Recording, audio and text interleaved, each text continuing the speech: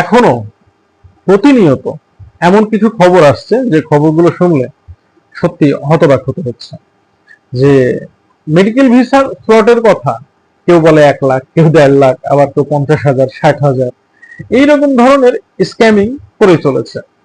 Even এই সমস্ত বিষয়গুলো এতটাই মানে গুরুতর পর্যায়ে গিয়েছে যে দেখা যাচ্ছে একটা মানুষ চিকিৎসার জন্য শুধু ভারত যেতে চাচ্ছে এই আশায় যে হয়তো গেলে সে একটু সুস্থ হবে, সে হয়তো নতুন করে বাঁচতে শিখবে, যার কারণে এই ধরনের অন্যায় দাবিগুলো মেনে নিয়ে তারা এই টাকা দিয়ে স্লট নিচ্ছে।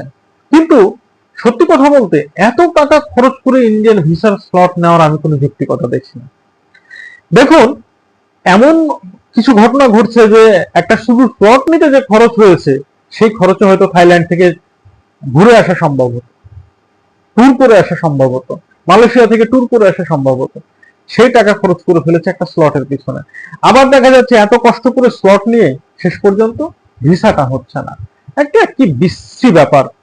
সো আমি আমার দর্শকদেরকে বরাবর একটা কথা বলি যে দেখুন, এই মুহূর্তে মেডিকেল স্লট হয়তোবা কোথাও কোথাও একটু কস্টলি হয়ে যাচ্ছে, তবে এত কস্টলি নয় যে 10-12 হাজার টাকা, 20,000 টাকা, 15,000 টাকা দিয়ে খরচ করতে হবে, এরকম আমি কোনো জায়গা দেখছি না। এখন অনেক অল্প টাকা খরচ করেই কিন্তু স্লট পাওয়া যাচ্ছে।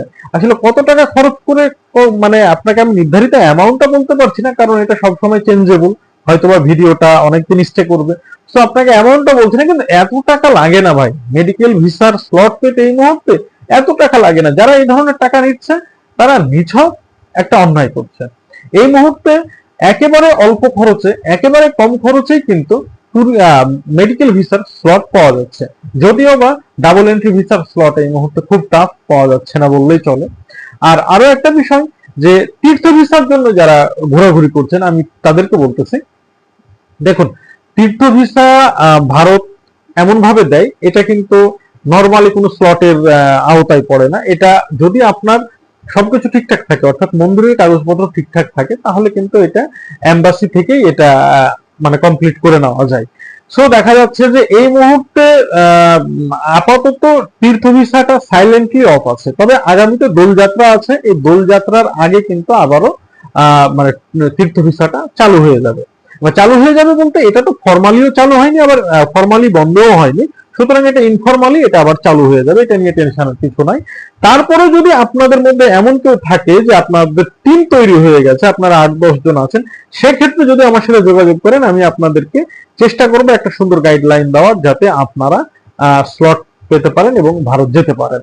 তবে আমি আপনাদেরকে আবারও বলছি যে আমি কিন্তু ভিসা দেওয়ার মালিক নই, বা আমি আপনাদেরকে ভিসা দিতে পারবো না, বা এই ধরনের কোনো ক্ষমতা আমার নেই। আমি আপনাদের ভাই, আমি একজন ইউটিউবার, আমি শুধু আপনাদেরকে সহযোগিতা করি তথ্য দিয়ে।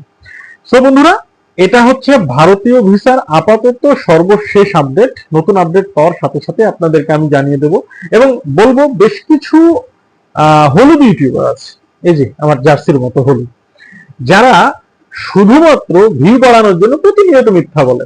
এবং আপনারা তাদের ভিডিও গুলো দেখলেই বুঝতে পারবেন।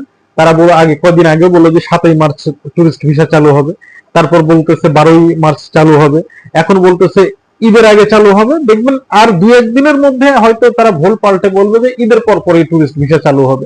তো টুরিস্ট ভিসা চালু হবে, কিন্তু নির্ধারিত সময় এখন পর্যন্ত ভারতীয় ডিপ্লোম্যাট বা বাংলাদেশি ডিপ্লোম্যাট কেউই কিন্তু এখন পর্যন্ত জানায়নি। সুতরাং এই সমস্ত বিষয়গুলো নিয়ে উদ্বিগ্ন হওয়ার কিছু নাই। সময় হলে আকাশে যদি চাঁদ উঠে সবাই দেখতে পাবে। তবে আমরা ধারণা করছি যে এ মাসে স্লট চালু হলেও হতে পারে, না হলে হয়তো আগামী মাস চলে যাবে। তো বন্ধুরা, সকলকে ধন্যবাদ, সবাই ভালো থাকবেন, সুস্থ থাকবেন। আসসালামু আলাইকুম ওয়া রাহমাতুল্লাহ।